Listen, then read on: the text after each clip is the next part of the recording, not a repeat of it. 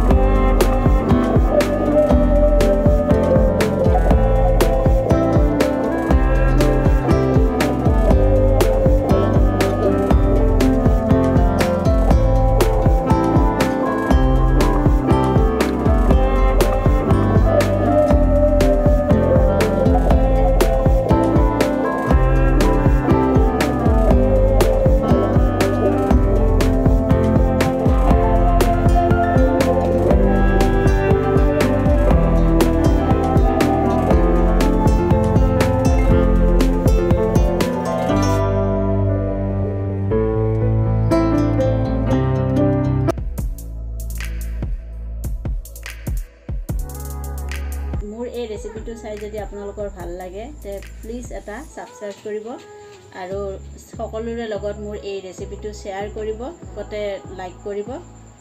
আকৌ মই নতুন ৰেচিপি লৈ আপোনালোকৰ ওচৰলৈ আহিম। বন্দে মাতৰম।